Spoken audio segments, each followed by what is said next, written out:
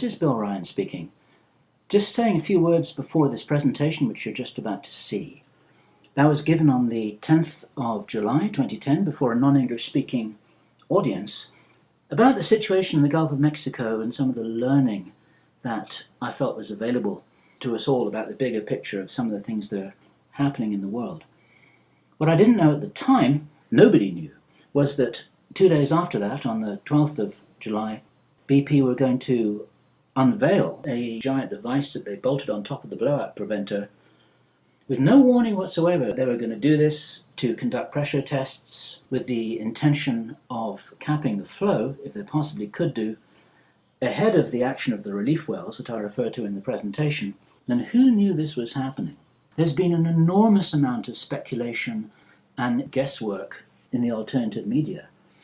And I contributed to that to some small degree before I really realized what was happening, or possibly before there was a change in the ethos in some strange way, because at the beginning of June I was extremely anxious. And a little while afterwards I realized that it was going to be okay.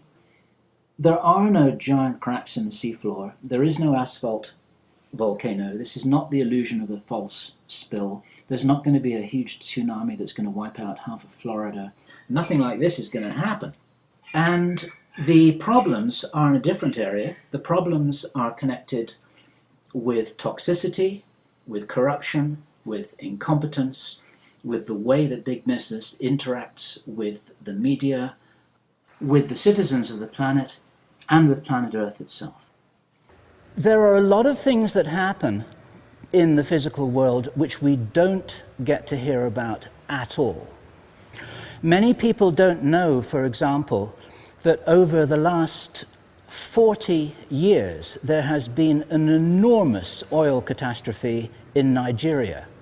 It's actually much more serious and has had a much worse effect on the environment. 40. And nobody knows about it and nobody cares about it because it's not happening to us. It's happening to those other people in Africa. So what's happening in the Gulf of Mexico at the moment is a good thing because it's happening, as we say in English, it's happening in our backyard. And it may be happening in our front door. And so a lot of people are waking up to this because the cameras are there. And the Americans are the greatest communicators on the planet, so they're communicating about this a lot. The Nigerians don't have YouTube accounts. They don't have Facebook. They don't have responsible media. And there are still hundreds of thousands of people in Nigeria who have never made a telephone call. So what's happening here is a little bit of a wake-up call because this situation in the Gulf of Mexico is not unique, but it's bringing the problems to our attention. And those of you who have seen the movie Avatar will understand that what we've got here in the Gulf of Mexico is an exact analogy of what James Cameron was talking about in the movie. You've got the greed and the corruption and the self-interest of big business that do not care what happens to the natural environment. And if we need to be reminded of that, this is a good thing. Because you know all about the story of the frog in the saucepan. The human race is a little bit like the frog in the saucepan. It's slowly getting hotter, but we're not jumping out of the pan. We just think, well, it's a little bit hotter and maybe it'll be okay. So if the temperature suddenly gets a little bit hotter, then that's good, because the frog wakes up and starts thinking it needs to pay attention and do something. And we're all the frogs here. We're all in this big pan. So in the next few minutes, this isn't going to be a long presentation. I just want to show you some images. The first image behind me here, as you can see, is the size of what is called the oil spill, which is, in English, it's a very, very bad word for this in the Gulf of Mexico. So I just want to show you how large this thing is, how big this is. So I'm just zooming in on it now. Okay, that's it. But here it is in Europe. It's much larger than Switzerland. And I'm English, so I had to put it on a different map. But that's a different shape because that's the way it was on the 13th of June, which was 3.5 weeks ago. That's the way it is now. That's the size of it in 3.5 weeks. Now, what are we looking at here? What we're looking at is the oil, and the oil that is mixed with what in English is called dispersant, which goes by the trade name of Corexit. And this is a satellite photograph, okay? The oil is in red. The dispersant is in turquoise. What you see here, this color here, is the red. You see the streaks of oil. The rest of it is the dispersant, and this is the problem.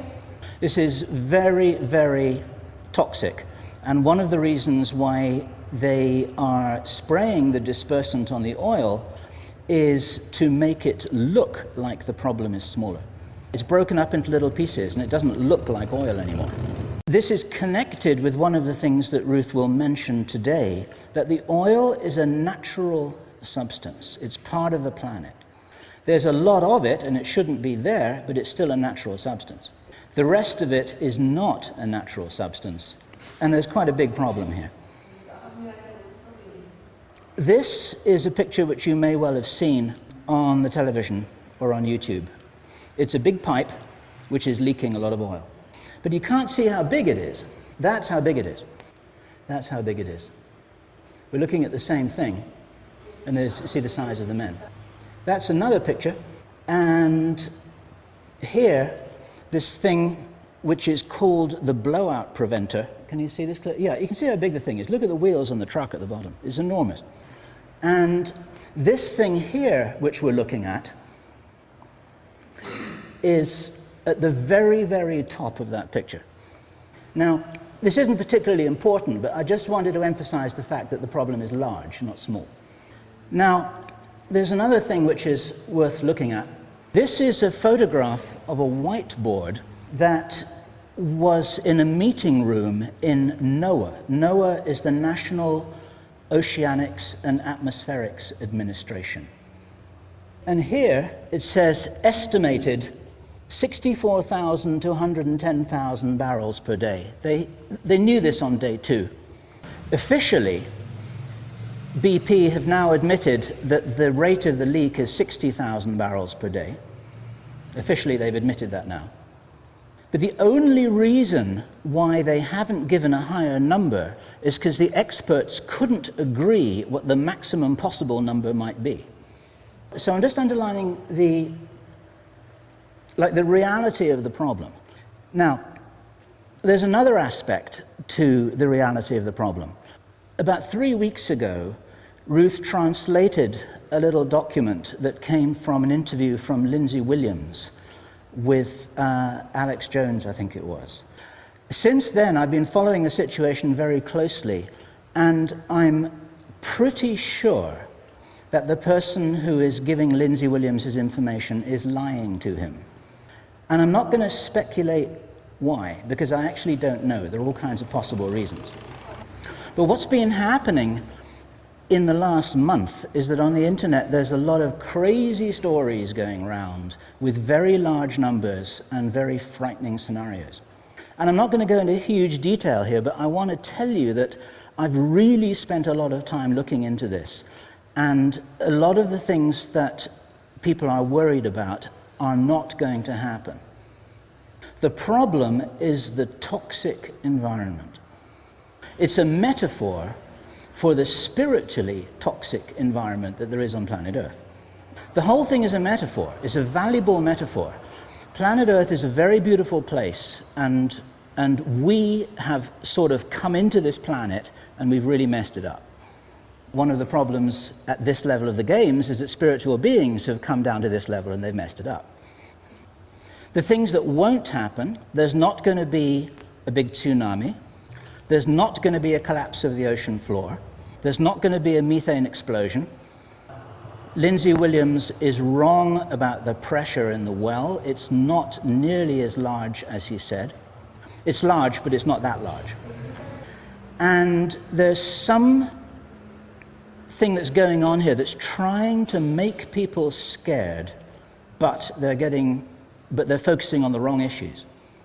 The real issues are all the issues that are shown in the Avatar movie. And next month, the problem will be solved.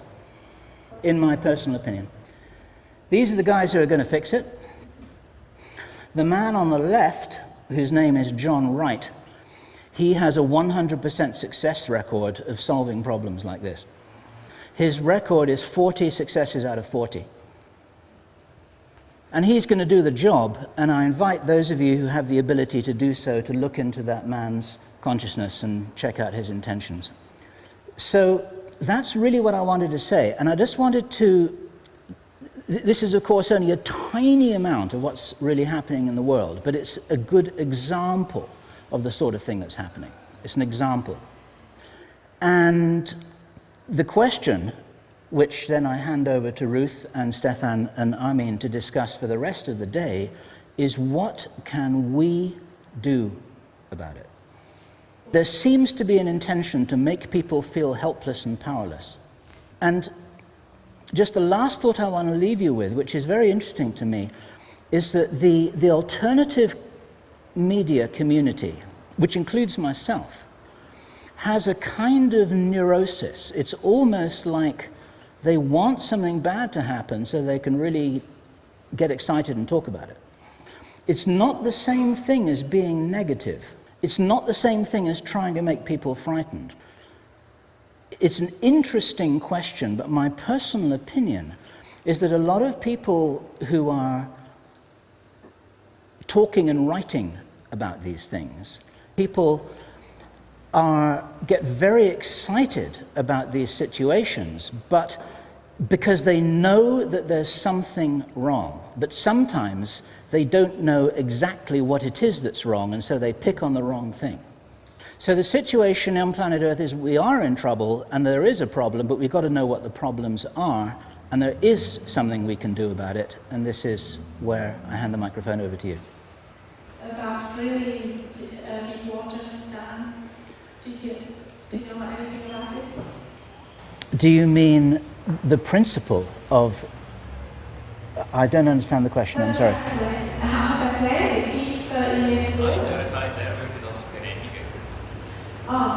He said that he will allow to do this, to drill deep down. It's just a question what you think about this.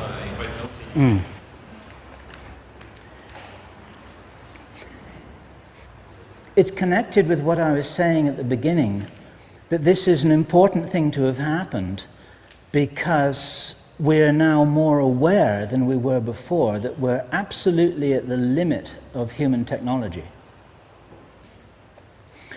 And the risks that are taken need to be considered in the context of whether we are able to solve the problems if something goes wrong. And I think that what happened in the Gulf of Mexico was an accident, but it was an accident that was compounded by a lot of very bad decisions that were made by people who were motivated by greed and self-interest. And we've always had greed and self-interest on this planet, but what's changed now is that the focus of the greed and self-interest is on very large projects where we may not be able to solve the problem if something goes wrong. So they take the risk, but we pay the price. And I mean, I could talk about this for a long time, so could you. It's about responsibility. And one of the important definitions of responsibility is the willingness to see something right to the end and clean it up whatever happens. That's what responsibility is. So we're being taught a lesson in responsibility here. And I am actually confident that they will solve this problem. But I referred to it as a wake-up call. And it's like the alarm clock in your bed in the morning, which has a snooze alarm on it. If you don't wake up the first time, then it'll go off later and it'll be louder next time. And it'll keep on happening until you get up.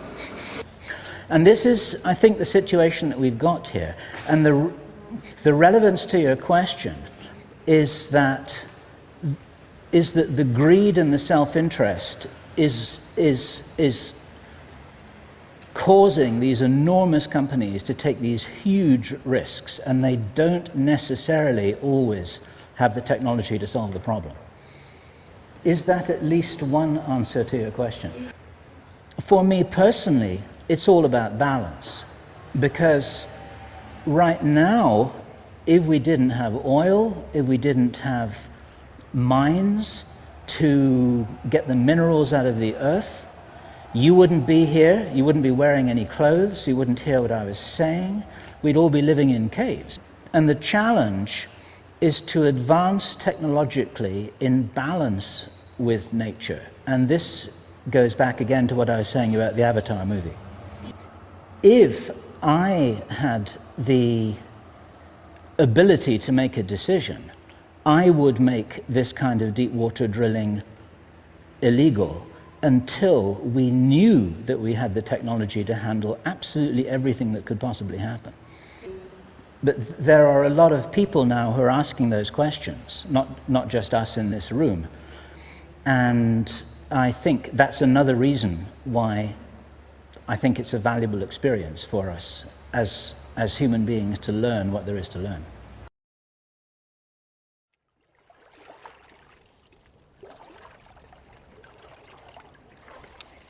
I come from a community of farmers and fishermen. People were fishing to survive. As a child growing up, there was no fish being brought from outside the community. Today, there is not a single person in our community who you can describe as a professional fisherman, because there is no fish to depend on.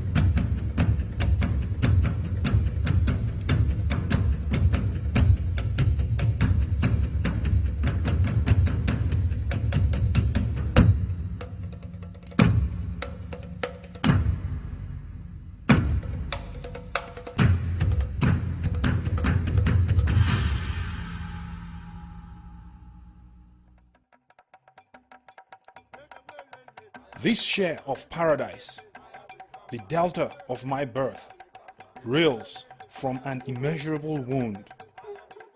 Barrels of alchemical droughts flow from this hurt to the unquestioning world that lights up its life in a blind trust. The inheritance I sat on for centuries now crushes my body and soul.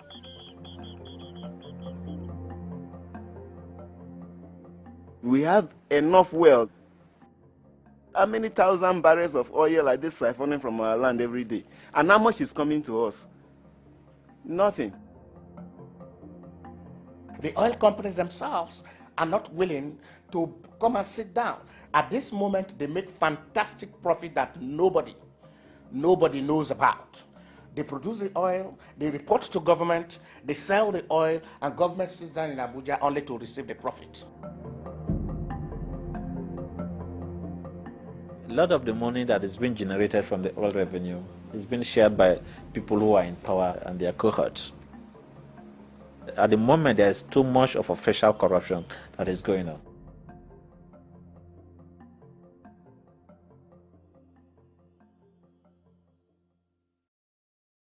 If the government cannot even address matters as basic as water to drink, sanitation, public education, then of course it's difficult.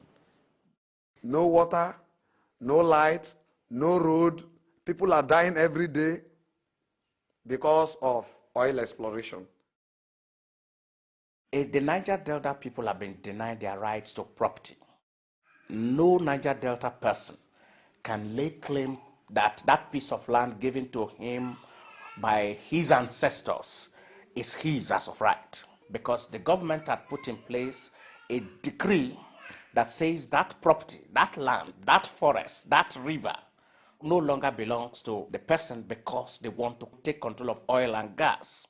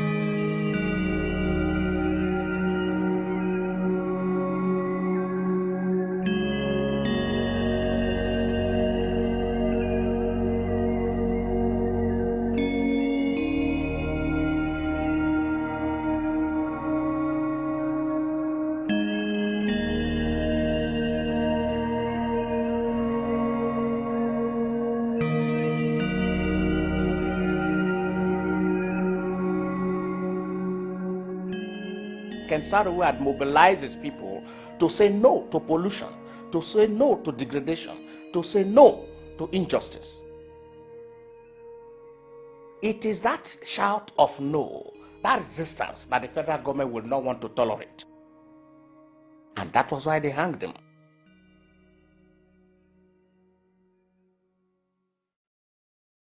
Things have gotten worse since Sarajevo was murdered.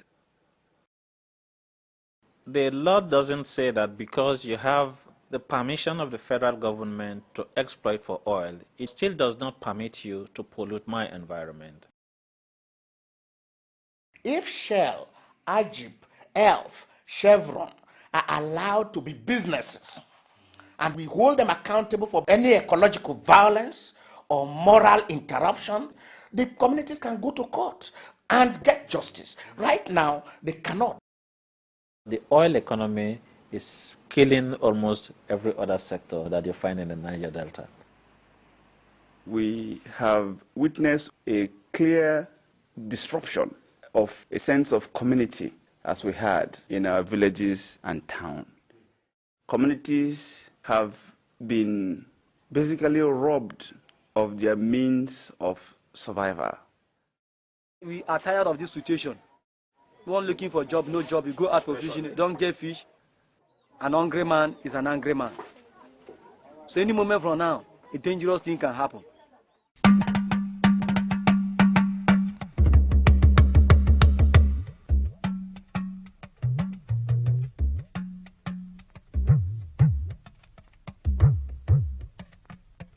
They can shut down oil production in Nigeria. The effect of that on the federal government will be grave. The government will collapse. Niger Deltans have been talking for years, but when men carried its own weapon, the government is shaking everywhere. So that means the government respects violence, not dialogue. We have a very repressive government. We have a military that is out to kill. Such a military will go to any length in wiping out communities that occupy a platform and they have it closed down. We are the Niger Delta soldiers. We are angry that our brother has been killed. The average Niger Delta is not afraid of death. And if he must die a hero, not a coward. There are different phases of struggle. We are still using dialogue. Let us see if these people will look at things in our view. But if they do not, everybody, even the women, not only the men, even the women will carry weapons. And when it starts, until we have our freedom, we won't stop.